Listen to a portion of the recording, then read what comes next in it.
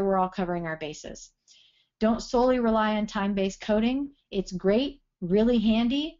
We're very rich in counseling in our field, but if it's all you do, you are running some risks on the medical necessity front. So don't skip history and physical and medical decision making every single time, because really you might be missing some diagnoses. So just practice good medicine. And if you're practicing good medicine and charting 90% of what you're actually doing in your visit, you should be just fine. The other thing is make sure your billing staff or your office staff, if they see something funny, bring it to your attention. If I billed out a 99204, but the only code I used was UTI, that should raise a little bit of an eyebrow. There may be a good reason, but I want them to recognize, really, Dr. Mona, did you mean to only code a UTI and you're doing a moderately complex visit? Now, maybe it was heading to pyelonephritis and it's totally legitimate, but I like having them actually pay attention for me that something doesn't make a lot of sense. Here are the resources. You have the link to the full guidelines, that link to the bell curve where you can plug in your own numbers and your billing codes you're using and compare to the national averages. And then the worksheet that I gave you from the AAFP. Again, AAFP website is a great resource on all of this stuff.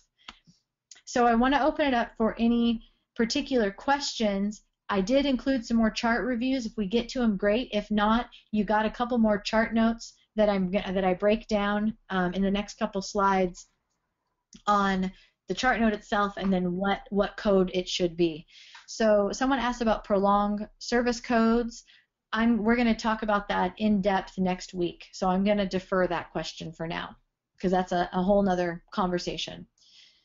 As far as EHRs, I'll just back up to that other question. I actually did a talk at the AANP on EHRs and did a whole analysis. The end-all statement or summary is no system is perfect. There are some decent systems out there, but they all have flaws, and so you have to look at what do you need to have in your practice and what can you live without. If you go with the more conventional EHRs, they're almost all missing an inventory system, which dispensaries are usually really important to most of our practices. And if you go with one of the more naturopathic focused or one of the programs written for naturopaths, they're sometimes missing the e-prescribe or a really good lab interface or some other component if you're in a state like Washington where you're doing like full-on insurance primary care. So you really have to break it down to what you need in your practice. So I'm going to pause there before we do chart notes. Bob, any other questions coming in?